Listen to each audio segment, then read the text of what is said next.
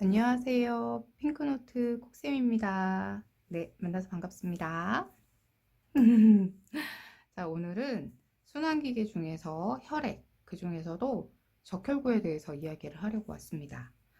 물론 백혈구도 중요하고 혈소판도 중요하긴 하지만 아무래도 이제 마인드맵으로 해서 그릴 게 가장 많은 아이가 적혈구인 것 같아요. 그래서 적혈구에 대한 이야기를 천천히 좀 여러 가지 섞어서 좀 말씀을 드릴게요. 자, 먼저 적혈구 하면 해부를 기반으로 보는 거잖아요, 우리가. 자, 그러면 적혈구라고 하면 먼저 탄생지를 알고 계셔야 되겠죠? 네, 탄생지는 어디다? 골수.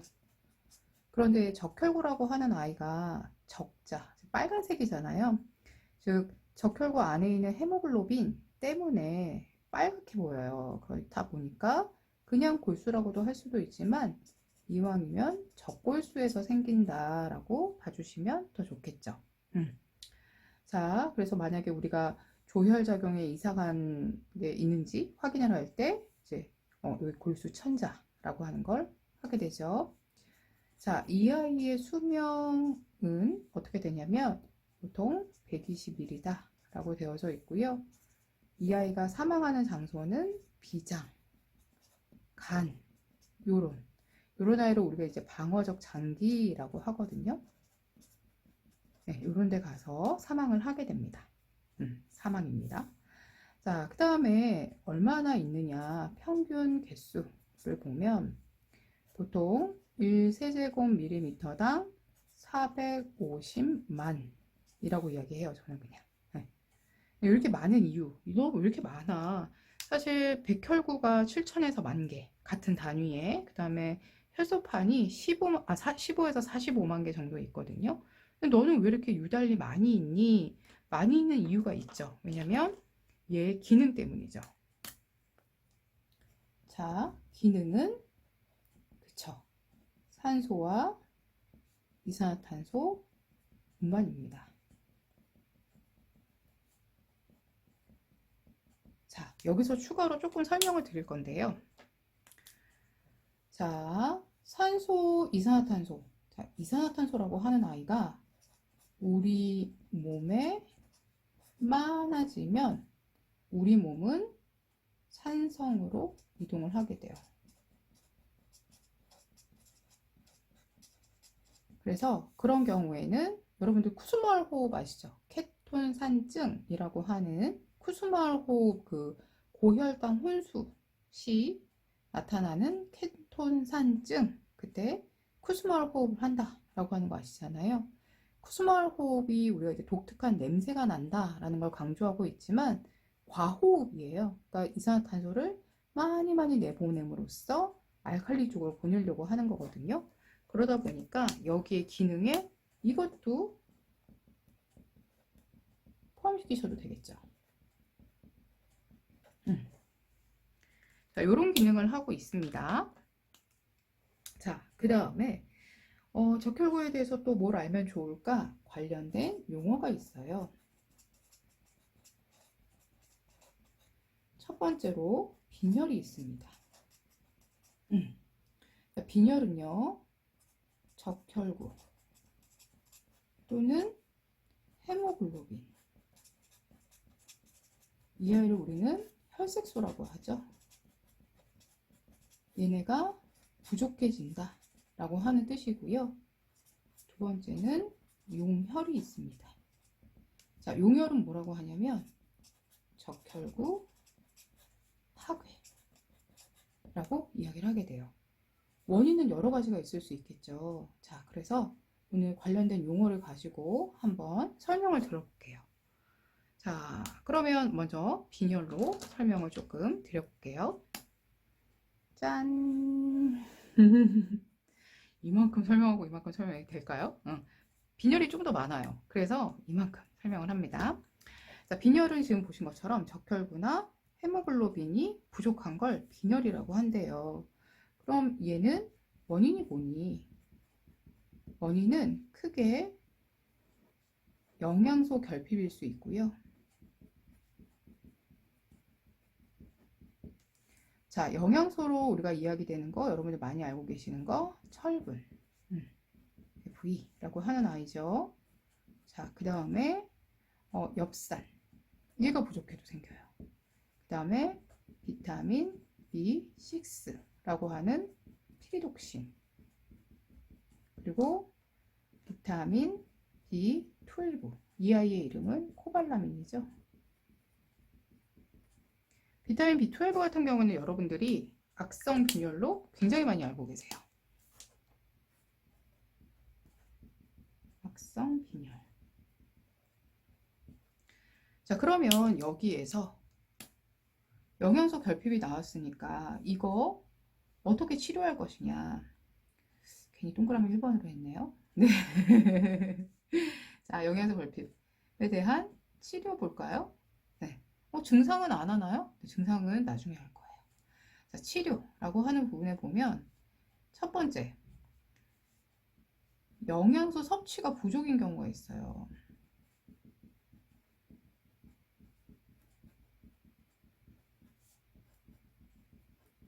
예를 들어서 철분 결핍성 빈혈은 철분을 적게 먹어서 생길 수도 있고 흡수를 잘 못해서 생길 수도 있고, 엽산, 비타민 B12, 비타민 B6, 비타민 B12 다 영양소잖아요. 적절한 영양소 섭취를 못해서 생기는 경우가 있어요. 그러면은 이때는 어떻게 하면 돼요? 이때는 영양소를 섭취하시면 돼요. 그러니까 여러분들이 여기에서 사실은 알고 계시면 좋은 건 이거죠. 적혈구의 생성과 관련되는 영양소가 얘도 있고 얘도 있고 얘도 있고 얘도 있구나. 근데 얘네만 있는 건 아니고요. 여러분들 기초 영양에 보시면 하나가 더 있어요. 기초 영양에 보시면 짠, 비타민 B2라고 하는 아이. 네, 이 아이도 같이 관계가 있습니다. 네, 그래서 여러분들이 영양소가 부족한 경우일 수 있잖아요. 영양소 자체 섭취가. 그러니까 이런 결핍이 있다라고 하면은 꼭 무조건 뭐가 문제야 라고 보지 마시고, 이렇게 적혈구를 생성하는 데에 관련되어져 있는 영양소를 적게 먹은 건 아닐까. 이런 애들은 기초 영양 측면에서 빈혈과 관계되어져 있는 영양소로 나올 수 있는 거죠. 여기에서는 영양소 섭취를 해주면 돼요. 그게 아니라 정말 특정 원인인 경우 있죠. 예를 들어서 비타민 B12 자체가 결핍. 왜냐하면 이유가 내적 인자 부족. 이건 너무 특이하잖아요. 이런 경우에는 비타민 B12 근육 주사 해라. 네, 너무 잘 알고 계시죠? 철분. 만약에 줄 때 주의사항이 있었어요. 이건 여러분들 양리로 보셔도 되겠네요. 양리. 그렇죠? 철분제를 줄 때는 뭘 주의해야 되느냐. 그러니까 그냥 단순히 영양소 문제가 아니라 철분이라고 하는 약물을 줄 때는 뭘 주의해야 되냐. 먼저 변 색깔이 검게 변할 수 있죠. 그래서 우리 여기에서 기본 간호하고 또 연결이 되네요. 기본 간호하고 뭐가 연결이 된다? 대변의 잠혈 반응 검사 3일 전부터 금지해라. 이 내용이 기본 간호하고 연결이 됩니다. 자, 그 다음에 철분이 위장장애를 유발할 수 있어요. 만약 그렇다면 어떻게 해라? 그렇다면이에요. 식후 즉시 먹어라. 그 다음에 이것 때문에 변비도 유발할 수 있죠. 자, 그리고 또 이걸 만약에 근육 주사인 경우 문지르지 마. 이렇게 이야기할 겁니다. 영양소에 대한 건 이거고요. 그러면 두 번째, 뭐가 원인이니? 라고 봤더니 출생지가 문제예요. 출생지는 어디다? 골수죠. 골수에서 지금 문제가 생긴 거예요. 그걸 우리 뭐라고 하냐면 재생 불량성 빈혈이라고 합니다. 그럼 이거는 다른 거 없어요. 이 출생지라고 하는 골수에서는 자 조혈작용을 하잖아요. 조혈작용은 적혈구, 백혈구, 혈소판을 만드는 걸 조혈작용이라고 해요. 여기가 좀 문제가 생겼으니까 적혈구가 부족하니까 당연히 빈혈에 문제 생기겠고요. 백혈구 부족하니까 감염에 취약해요. 혈소판이 부족하니까 출혈 문제 있습니다. 요거에 대한 간호가 들어가면 되겠죠. 자, 그러면 빈혈이다 라고 하는 거, 요거는 증상 이따가 말씀드린다고 했어요. 감염에 취약하니까 어떻게 해야 돼요? 우리 하는 거. 개인이 만약에 여기에 좀 살을 붙인다면 감염이 취약하니 뭐 하지 말아라. 첫 번째 이제 금지죠. 금지. 뭘 금지할 거냐? 먼저 감염에 취약하다 보니까 일반적으로 사람들이 많은 곳에 가는 거는 좀 금지시켜요. 그죠? 사람 많은 곳 안 돼. 왜냐면 감염이 걸릴 수 있으니까. 그 다음에 또 뭘 금지시키느냐? 생식 같은 것도 잘 하지 않아요. 그죠? 그 다음에 이제 감염이 취약하기 때문에 금지는 한 요 정도로 봐주시고, 해야 될 게 우선 역격리. 요거는 금지고요. 역격리, 보호격리 해야 될 수도 있고요. 그리고 나서는 개인위생 철저히 하셔야 되겠죠. 손 씻기 같은 거 철저히 해야 된다. 이런 것도 보시면 될 것 같고요. 그 다음에 출혈의 문제로 좀 들어가 보자면 이거 말고도 여러분들 교과서에 되게 많이 나와져 있어요. 그래서 이왕이면 교과서를 보시고 여러분들이 빈 곳을 좀 더 메우시면 좋을 것 같고요. 저는 그냥 간단하게 생각나는 대로 쓰는 거기 때문에 사실 충분한 내용을 다 쓰지는 못합니다. 네. 자, 그 다음에 출혈과 관련되어 있는 문제에서는 중요한 게 되게 많죠. 여기에서는 먼저 금지가 되게 많은 아이예요. 금지가 되게 많은데 첫 번째 날이 있는 면도기 금지. 면도기 안 돼요. 그리고 침습적 행위 안 돼요.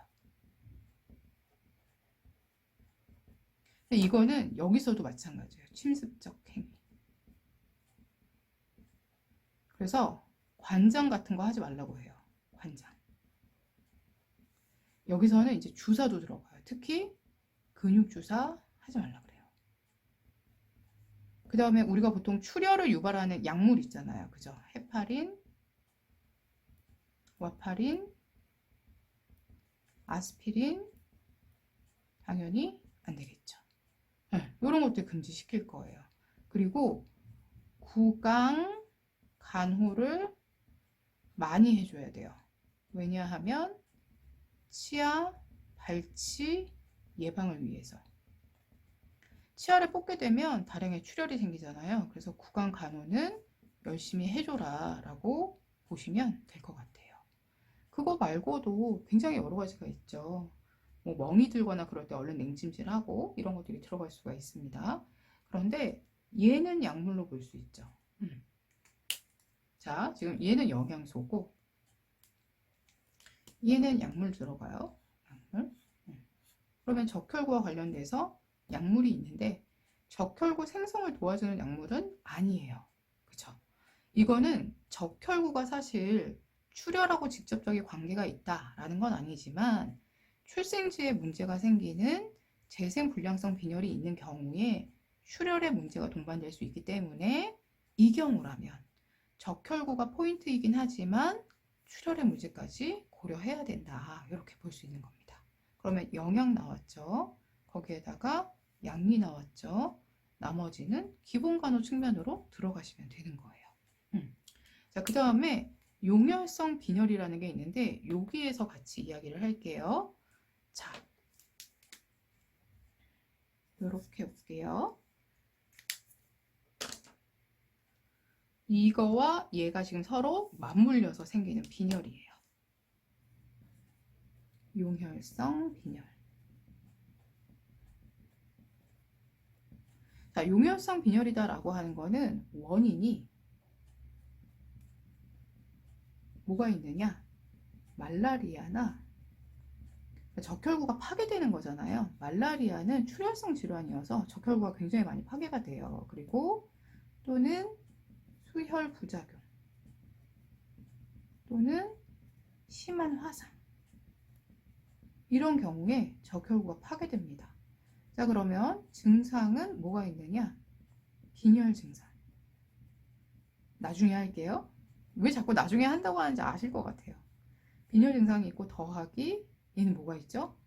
적혈구가 파괴되면서 나오는 빌리루빈이 상승되죠. 그래서 빌리루빈을 간이 전부 다 처리를 하지 못하니까 뭐가 생길 수 있다? 황달이 생길 수 있는 거죠. 황달. 자, 제가 빈혈 증상을 왜 아껴두냐면 뭐 어떤 목적이 있어서 아껴두는 건 아니고요. 이것 때문이에요. 자, 빈혈 증상 기능을 보면 알아요. 산소 운반이잖아요. 그죠? 결론은 빈혈 증상이라는 건 뭐예요? 적혈구나 헤모글로빈이 부족한 거니 빈혈 증상은 결론은 여기다 쓸게요.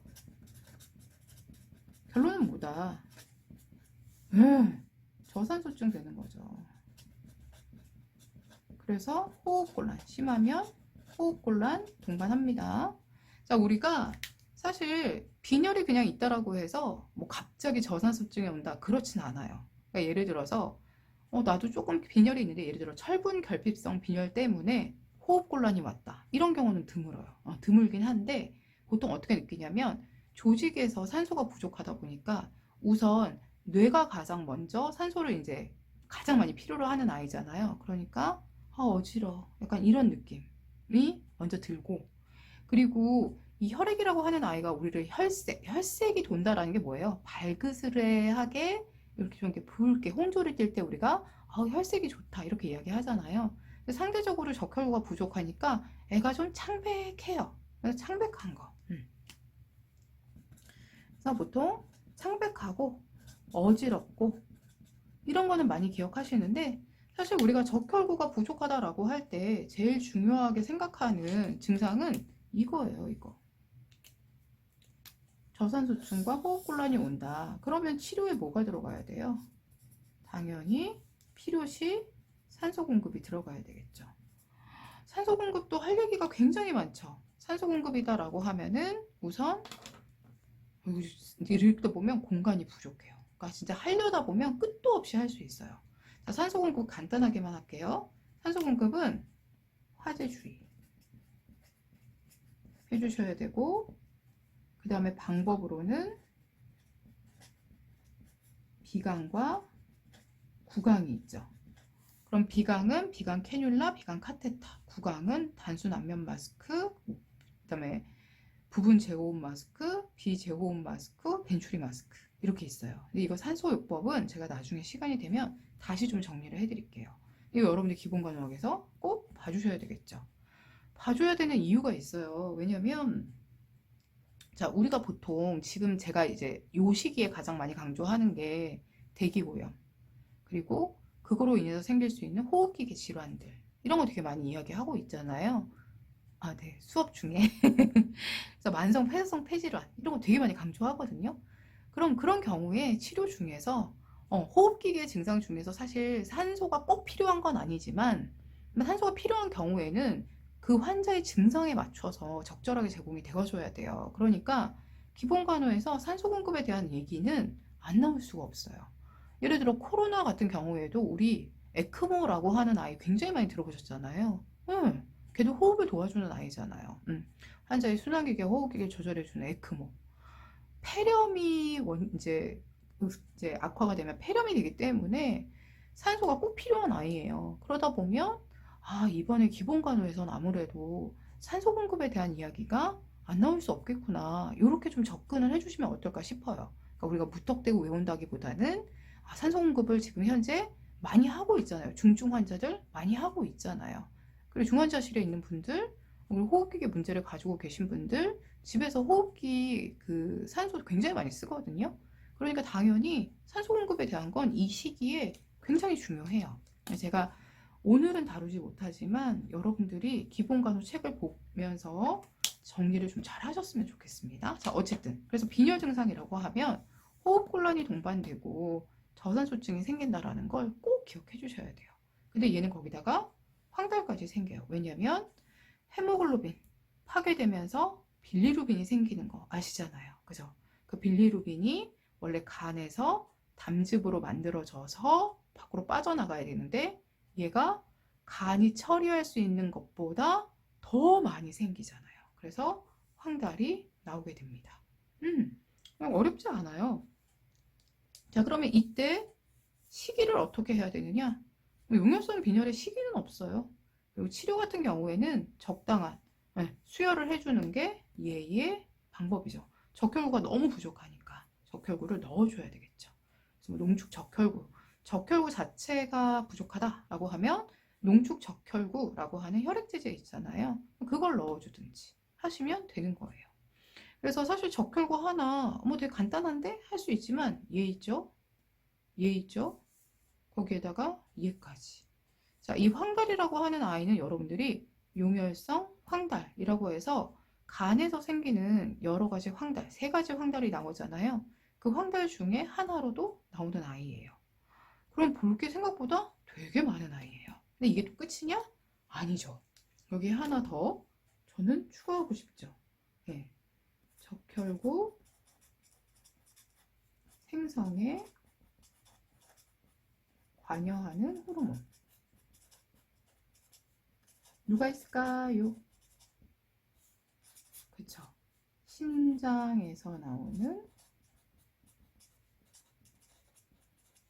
적혈구 생성 자극 호르몬. 이거 에리스로포이에틴이라고 하는 아이예요. 이것도 내분비계에서도 나올 수도 있네요. 그죠? 사실은 이게 딱 진짜 호르몬이야 이렇게 이야기는 하지는 않지만 신장에 대한 기능을 이야기할 때 적혈구와 관련된 얘기가 나올 수 있구나 라고 하는 거를 여러분들이 봐주시면 좋을 것 같아요. 네. 그래서 간단하게 본 거예요. 이게 진짜 간단하게 본 거거든요. 더 할 게 사실은 되게 많아요. 그러니까 처음에 종이 한 장 뭐 저렇게 커야 돼 라고 했지만 여러분들 이거는 제가 지금 생각나는 대로만 정리를 한 거고 여러분들이 정리를 하신다면 더 많이 하실 수도 있으세요. 이게 생각의 마인드맵이라는 건 원래 생각의 꼬리를 물어서 얼마든지 할 수 있는 거거든요. 예를 들어서 지금 호흡곤란 나오니까 간호에 이런 것도 해주고 싶다. 뭐 반자위. 그쵸. 그렇게 이제 생각이 점점점 떠오르게 되는 거죠.